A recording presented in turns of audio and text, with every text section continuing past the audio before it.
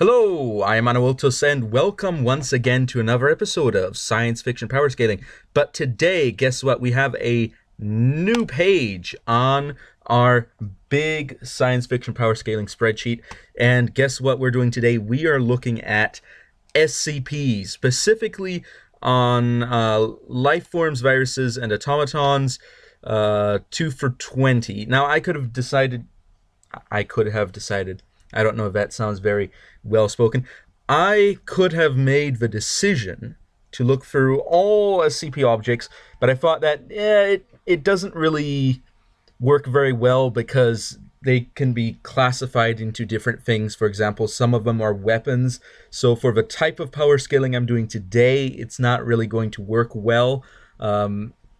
So I just have decided to scale these by just generally how lethal they are, how likely you are to survive an encounter with one of these SCPs.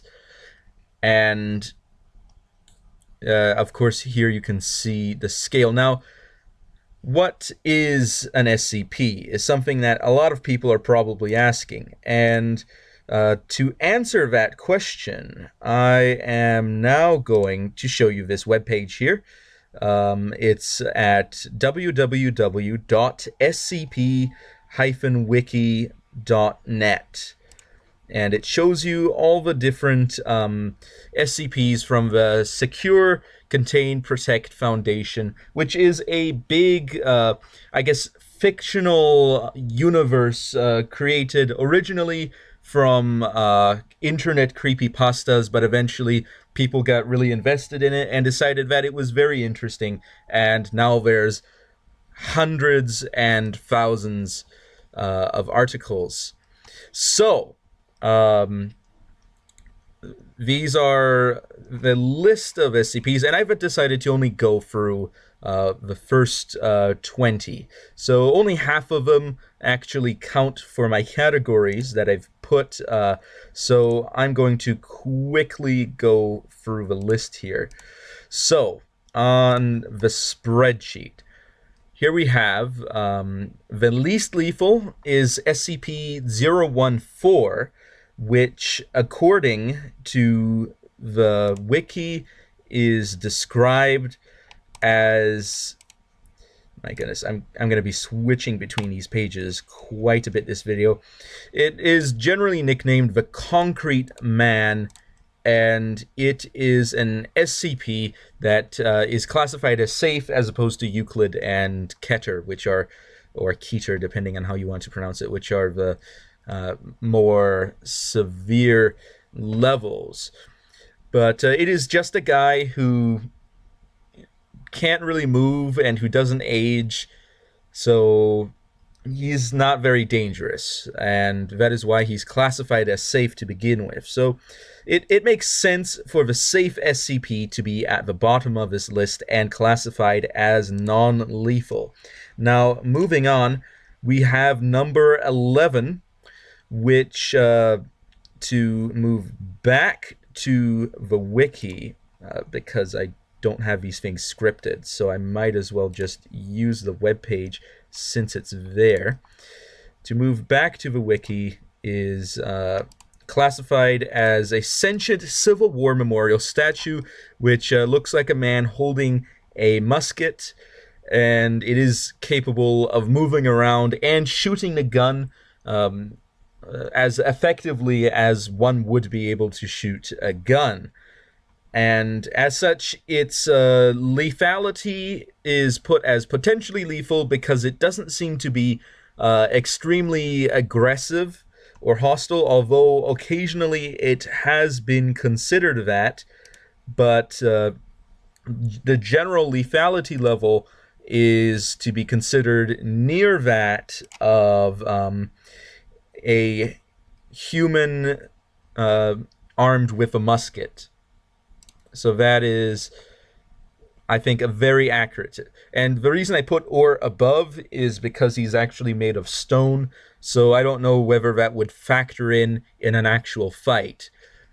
But the final one that is only potentially lethal and not really confirmed to have killed anyone is SCP-003, which is known as the biological motherboard on the wiki, and is an interesting... I guess it's a bit weird. 003-1. It grows biologically to be very large, and it has overpowered personnel if you read the article, but it hasn't actually killed anyone according to the article. So that implies to me that, and also based on other things I found in an article, it doesn't seem to be very lethal, or at least not very hostile or aggressive in that sense.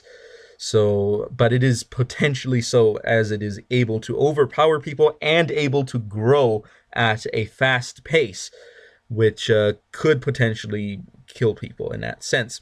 So now we're moving into things that are actually confirmed to be lethal. So, SCP-15 has demonstrated lethality when provoked. It is a giant amalgamation of pipes and machinery. Should I just... I don't know. Should I even show my spreadsheet? Should I just stay on the wiki? Well, it is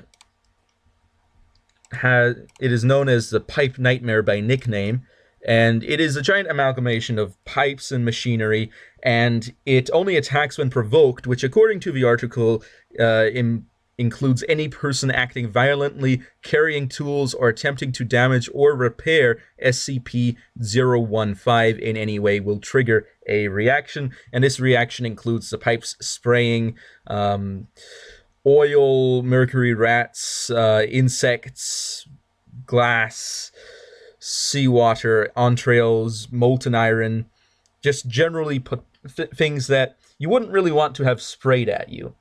And it has been confirmed that multiple personnel have been killed and multiple personnel are missing. So, however, the type of hostility that it shows is, according to the article, reactive rather than proactive, which sets it apart from the next one on the list, which is SCP-002, which I have a note attached saying has demonstrated lethality for personnel that enter it, and presumably that lethality is unprovoked. However, that being said, you are inside it, and that is the big risk here. So it is dangerous, and for that reason, it of course is contained. And it has, let's see, 7 confirmed disappearances of personnel, which are presumably retooled into furniture inside of the object. And the reason I have it listed above the other one is because it seems to be a bit more aggressive in its lethality. So, the next one up is, of course, SCP-019-2, which are small creatures that emerge from an indestructible pot.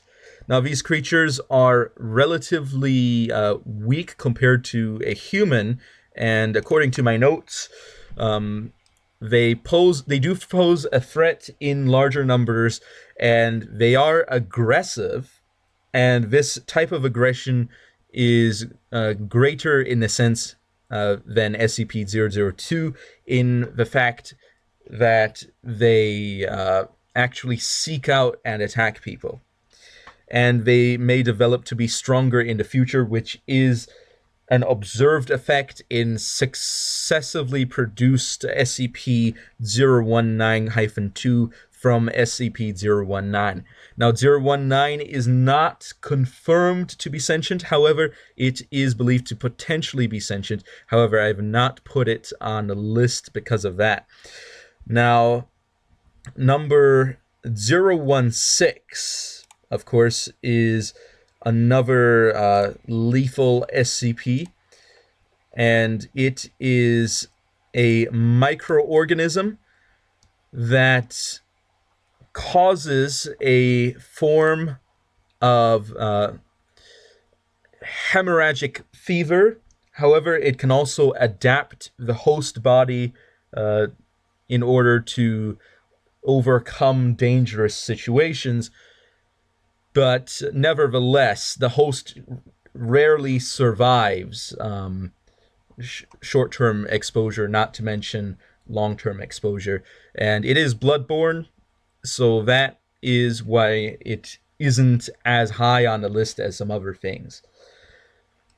Now, SCP-008, let me move back up to the web page. SCP-008 is considered a form of a zombie plague.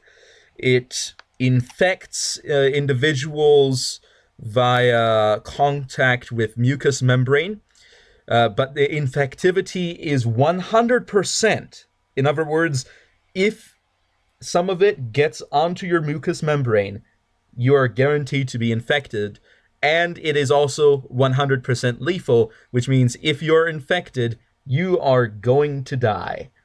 That, of course, puts it miles above a bloodborne pathogen. And in addition to that, it causes the victims to infect others in the form similar to what in popular culture is considered to be a zombie. So you might be wondering, why is SCP-020 or 20, as some may call it, considered above this on my list?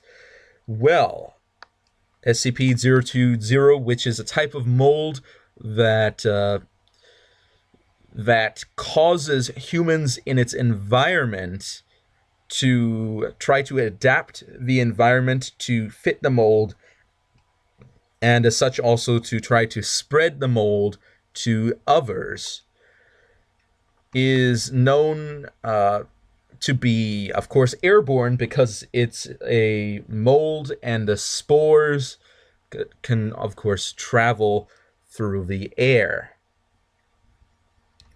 And I think that's why it just has that one level up in lethality over SCP-008. Now, of course, this may be a bit controversial, but apparently individuals affected by SCP-020 do not have the same degree of loss of intellect as the individuals affected by SCP-008.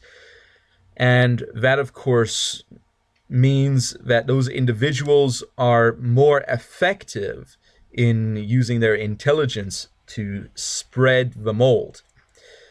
And of course, the airborne capability definitely makes it more infectious in some senses, even though the actual infectivity probably is not as high, although individuals with long-term exposure do eventually become infected by it. But it is also notable for infecting the environment, which gives it a leg up on SCP-008 and SCP-016, in that it does not require a biological vector. So it is important to finally look at what I consider to be potentially the most lethal SCP in the range of 2 for 20, SCP-017, Now, of course, we're only talking about SCPs classified as lifeforms, viruses, or automatons. 017 can cause objects that cast a shadow onto it to disappear, quote, leaving no trace. And this can be presumed to be lethal. That is my presumption there. And I see no reason that it wouldn't be. Now, of course, that being said, we don't know exactly what happens. Now, on to the article.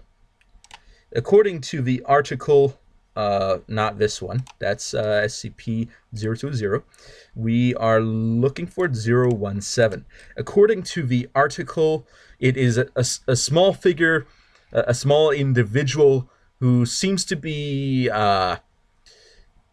shrouded in some shadow, and for this reason, the containment requires it to be constantly illuminated from all directions, because if a shadow is cast onto it, it will rapidly move towards the object casting the shadow and completely enclose it in its shroud, whereupon it returns to its normal size, leaving no trace of the object behind. Now, that being said, that may not be lethal, but chances are that it probably is. And that is why I'm putting it at the top. Now, it is worth noting that, interestingly, the object classes throughout this entire series that we've been looking at today, the object classes and the lethality level have been generally lining up, with the most lethal ones here being all Keter or Keter class, while the more intermediate ones being Euclid down here, and the least lethal one being Harness. Now, of course, I don't expect everything to be on all these different levels, because there may be various different reasons why things may be Euclid or Keter or safe. And these reasons do not necessarily have to deal with how potentially dangerous these things are. Now, that being said, now that we've looked at this, if you also are someone that enjoys studying SCPs or enjoys talking about science fiction or power scaling, I would appreciate it if you left a comment. Perhaps you disagree with my scaling of the lethality here. Perhaps you have some information that I do not. Perhaps you have some calculations, some machinations, something that could be useful, or perhaps you would like to co-host an episode with me at some time and bring your talents.